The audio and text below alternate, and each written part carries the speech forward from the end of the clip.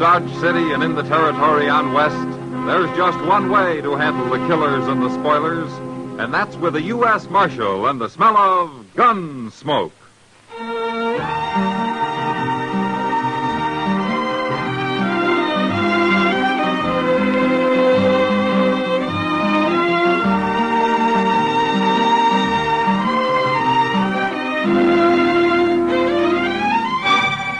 Gunsmoke, starring William Conrad. The transcribed story of the violence that moved west with young America. The story of a man who moved with it. Matt Dillon, United States Marshal.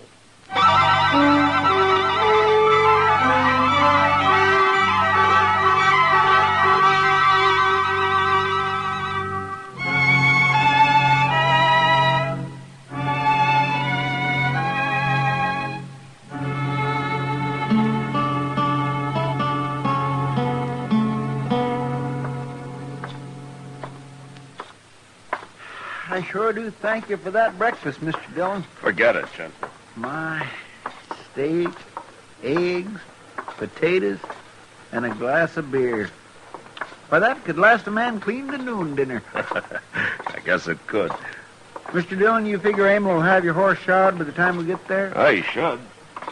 You think he's done him any good? He's a good blacksmith, Chester. If he trimmed up his feet right before he reset those shoes, he ought to be fine. Funny the way he took throwing his foreleg. Yeah. Looks like there's somebody else waiting. Yeah. Gil Tolman, ain't it?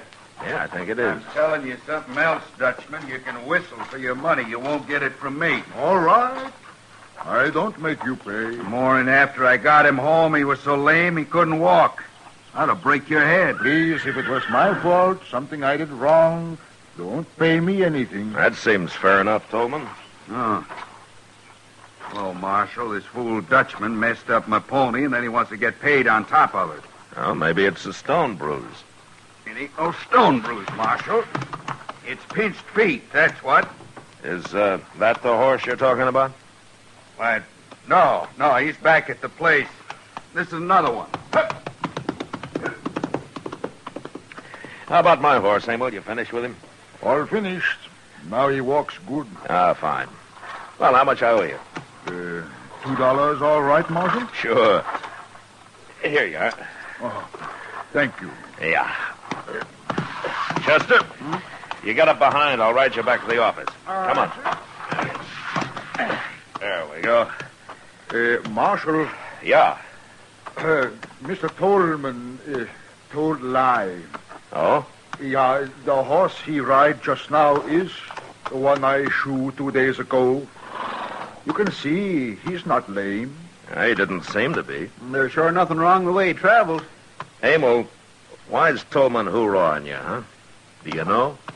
Maybe because I'm German. Maybe something else. Who knows? And I'll ask him to settle his bill with you if you like. No, Marshal. Well, you won't get rich if you aren't paid, Emil. Money is good, yeah, but better to have no enemies. All right, Emil. Well, Chester, hang on. Mercy on us!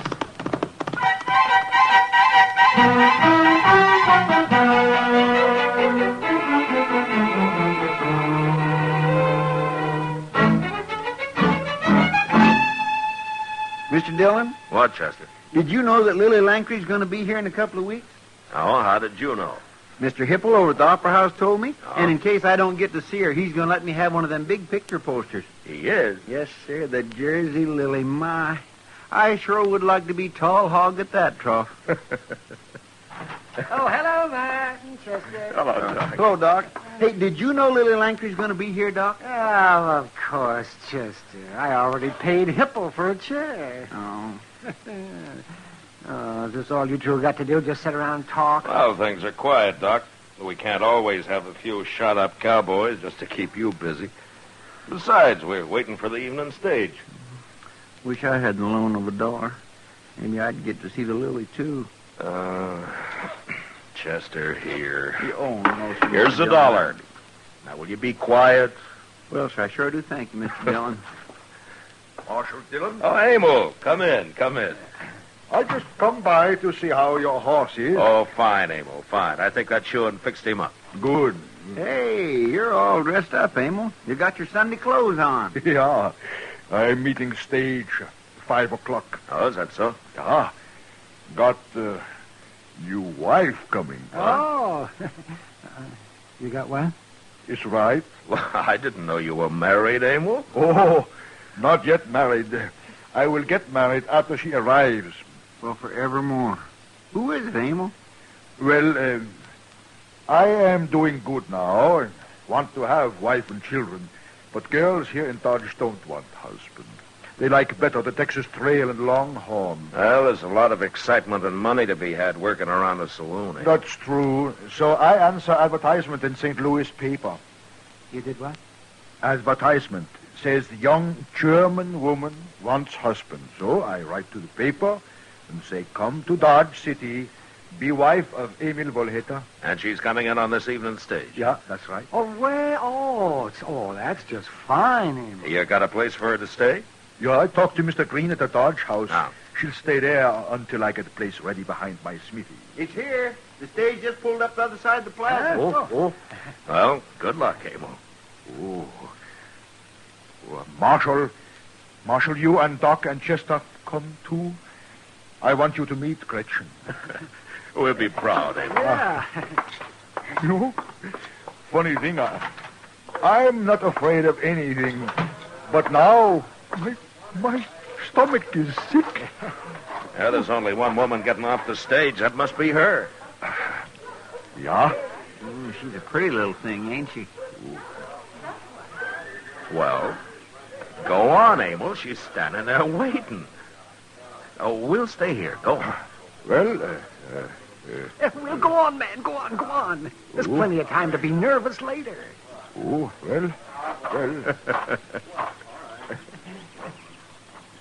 Grüß Gott. Guten Abend. Ich bin Emil Volheta. Ich bin fröhlich und glücklich, dass Sie gekommen sind. Herr Volheta? Ich hoffe, die Reise war nicht My, so schwer. listen to that. Nein, ganz gar nichts. Ich bin erfreut, herzlich. Makes you wonder how they can understand each other, don't it? Talking that way. Oh, Chester, for heaven's sake. Liebe Leute, ich werde Sie Ihnen... Oh, look, he's bringing her over here. Sprechen Sie Englisch, Fräulein Gretchen? Ja, natürlich. Ach, gut. Marshal Dillon, Gentlemen, Miss Gretchen Schiller. How do you do, gentlemen? How do? How do you do, ma'am? Welcome to Dodge, Miss Schiller. Thank you, Marshal. I hope you'll be happy here. You've certainly got a fine man. I know much about him already. We have written. Now, Marshal, I will take Gretchen to the hotel. Kommen Sie. Wir gehen jetzt. Gretchen, mal her.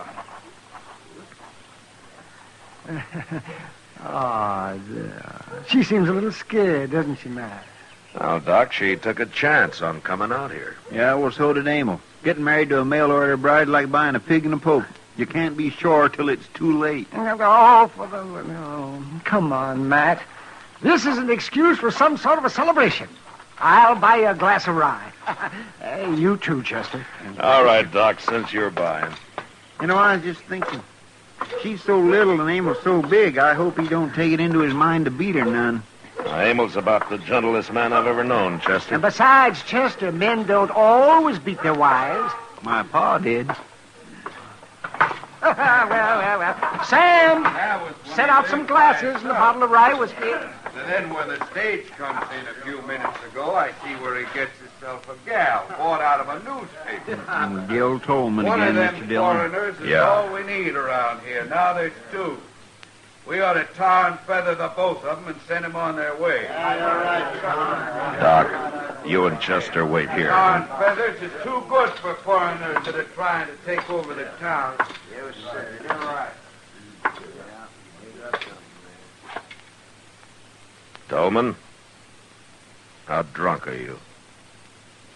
I ain't at all. You talk like a man that's been drinking. Ain't a man allowed to say what he thinks around Dodge no more, Marshal? Not when he's thinking that way, Tolman. This is between Woolhater and me. Has nothing to do with the law. It's got a lot to do with me, Tolman. Now, you drink up and get out. And you take Spooner and Willie here with you. Just a minute. Now, you listen to me. All of you. Woolhater's trying to mind his own business. And if there's any trouble, I'll know who started it. And he'll go to jail. You saying you're going to lock me up? Tolman, if Emil Woolhater ever gets mad enough, he'll kill you with his bare hands. Now leave him and his girl alone. Girl. Why, she's probably nothing but a little...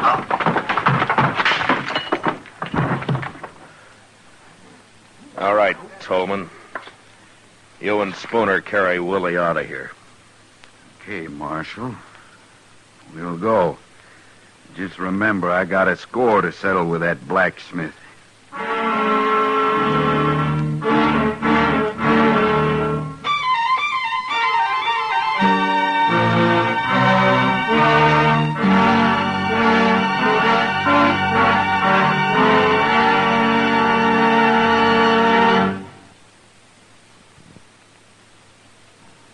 We will return for the second act of Gunsmoke in just a moment. But first... Later tonight, CBS Radio's Gangbusters again recreates a dramatic, spine-tingling, factual history of the pursuit and apprehension of some of the world's most dangerous criminals. Tonight's program reveals the story of a strange stick-up gang which comes to no good end in the case of the close-knit family. It's another story based on actual police files, telling the truth about criminals and crime. Don't miss the case of the close-knit family on Gangbusters over most of these same stations later tonight. Now the second act of Gunsmoke.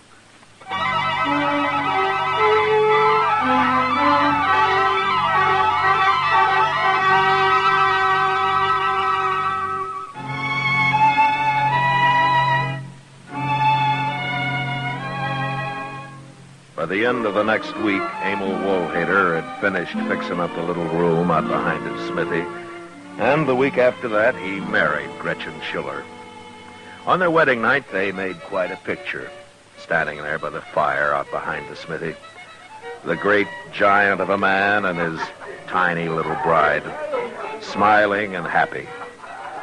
Doc had come along, too, and he was busy with his fiddle. People were laughing and eating and drinking. Somebody had brought along a barrel of beer, and there were hard-boiled eggs and pickled pig's feet, roast chicken, and smoked beef. Some of the women had brought sugar cakes and dried apple pie, and some of the men, whiskey. It was good fun, until Tolman and his sidekicks arrived. Well, I didn't think he'd show up here, Mr. Dillon. No, neither did I. Where's the dancing? He's kind of drunk. Yeah, so are Willie and Spooner. Willie, go find yourself a gal. You too, Spooner. Me, I got one waiting. I'm gonna dance with this little old gal. How about it, Mrs. Woolhater? Emil?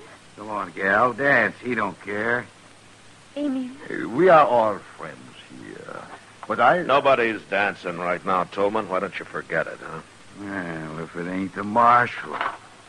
You are welcome here, Mr. Tolman. There's food on the table and drink. I don't want nothing to drink. I want to dance. Doc, start that fiddle playing. Come on, you. We're gonna dance. Maybe you drink too much to dance. Don't you lay a hand on me. Why don't you just go home, Tolman, and sleep it off? Me and Gretchen's gonna dance, that's why. Come on. I'm sorry to do this, Mr. Tolman. Put me down. But now we put you in the water trough. Put me down. Cool you off. You stupid ox. Put me down. All right. There you go.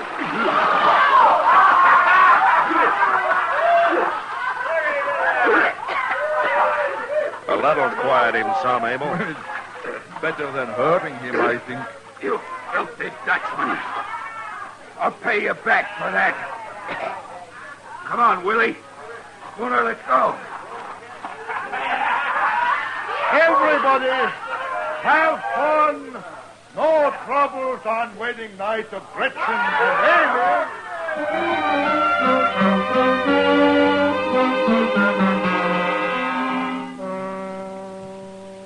wasn't any more trouble that night, or in the week that followed. I kept my eyes open, but there was no sign of Tallman or his 2 wranglers, and Dodge was pretty peaceful. Then late one night, trouble did come, but not the way I'd expected it. I'd fallen asleep on a cot in the office. Mr. Dillon. Mr. Dillon. What? Wake up, Mr. Dillon. What's the matter? What's the matter, Chester? There's a fire. What? It's the blacksmith shop. I come as quick as I could. Well, is it bad, Chester? A bunch of the men are out there now. Where's Emil? I don't know. Nobody's seen him. How about Gretchen? Miss Kitty's with her. She's pretty upset. Oh. By the time we got bucket lines going, this place is just about burned to the ground. Well, how did it start, do you know? No, sir, I don't. But a shack like that flares up pretty quick. They didn't have time to get anything out, beds or tables or the like. Well, there doesn't seem to be much left but a pile of coals. So there ain't. Oh, there's Miss Kitty. Over there. And Gretchen. Yeah. Oh, Matt. Ms. Woolhater. Kitty. Oh, Marshal. He's gone, all gone. And Emil works so hard. Now, it's going to be all right, Miss Woolhater. Kitty, why don't you take her on over to your place, huh? Oh, that's a good idea. Come on, honey. Oh, no, I can't. Emil will be back. He'll worry. Well, the marshal can tell him where you are. Where is your husband, Gretchen? He was called away Oh? When?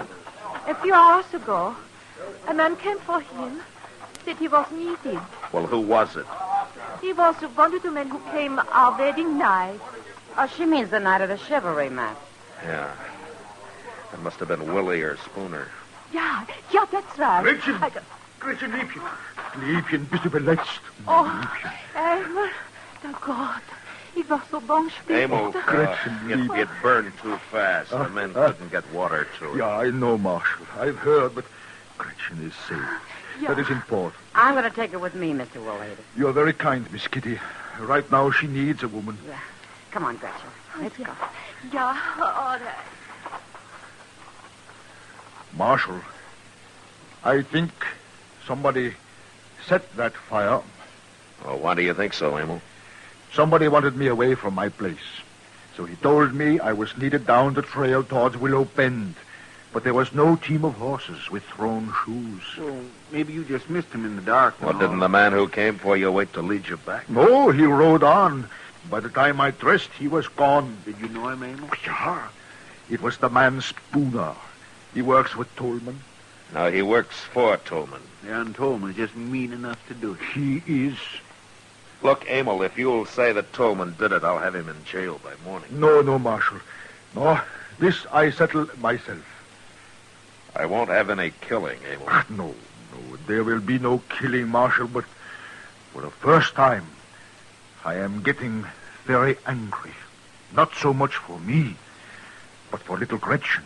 Oh, what are you going to do? I will wait. And when I see Tolman, I will teach him lesson.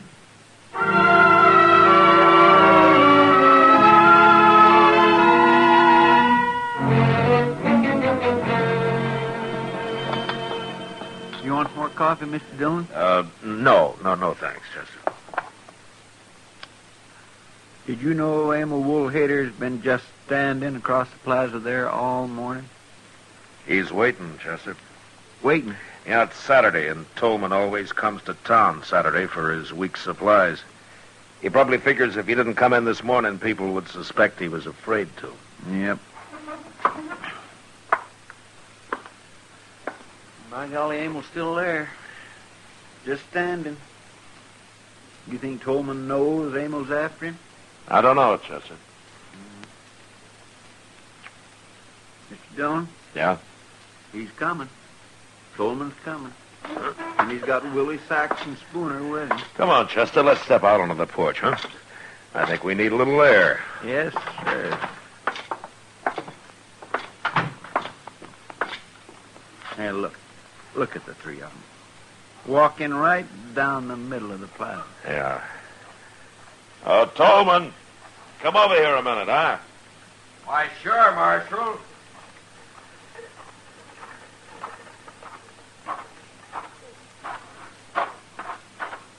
you want? Coleman? That crazy Dutch. All right, Tolman, you and your men drop your guns. Well, now, wait a minute, Mark. Drop them, I said.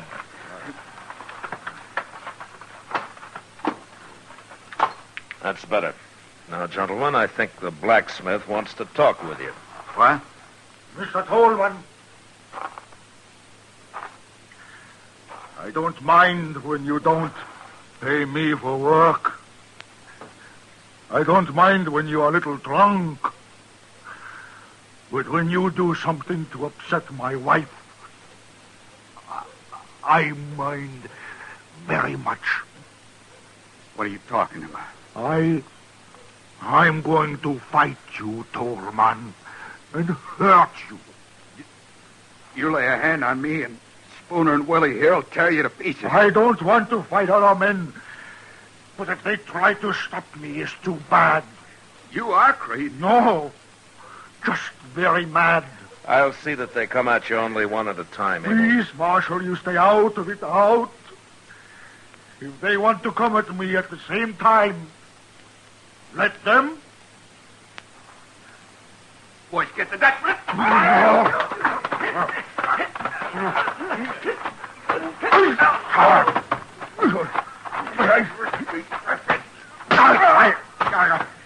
Tolman. Now, wait, old lady, wait. Tolman. Wait. Tolman. Tolman. Tolman. All right, Abel, that's enough. Tolman. Abel! Abel, stop it! Stop it! Yeah. Chester, run up and get the I'm doctor. right here, Matt. I saw the whole thing. Oh, my, what a beautiful fight. What a beautiful thing. All right, some of you men there, will you help Doc carry these three men up to his That's place? right. Young fella, get the feet there. Get careful now, careful. Watch their heads against the stairs. Get that man's face out of the dust. My gracious alive, I never seen nothing like it. Yeah. Well, Emil, you want Doc to have a look at you?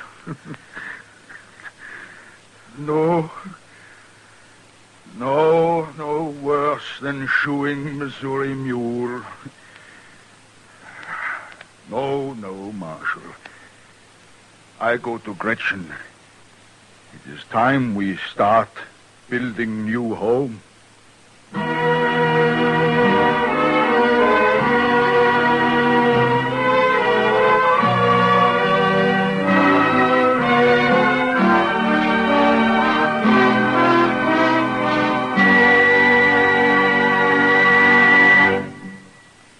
Gunsmoke, transcribed under the direction of Norman Macdonnell, stars William Conrad as Matt Dillon, U.S. Marshal. Tonight's story was specially written for Gunsmoke by Mr. Macdonnell, with music composed and conducted by Rex Corey. Featured in the cast were John Daner, Gene Bates, Vic Perrin, and Luke Krugman. Parley Bear as Chester, Howard McNear as Doc, and Georgia Ellis as Kitty. George Walsh speaking. Join us again next week as Matt Dillon, U.S. Marshal, fights to bring law and order out of the wild violence of the West in Gunsmoke. When rustlers are on the loose, Gene Autry isn't long getting on their trail tomorrow night on most of these same CBS stations. Don't miss Gene's adventure titled Maisie's Boys, and a hard lot you'll find them, too. It's the Gene Autry Show with songs by the Melody Ranchers and Adventure 2 tomorrow night at the Star's address. Stay tuned now for Gangbusters, which follows immediately over most of these same stations.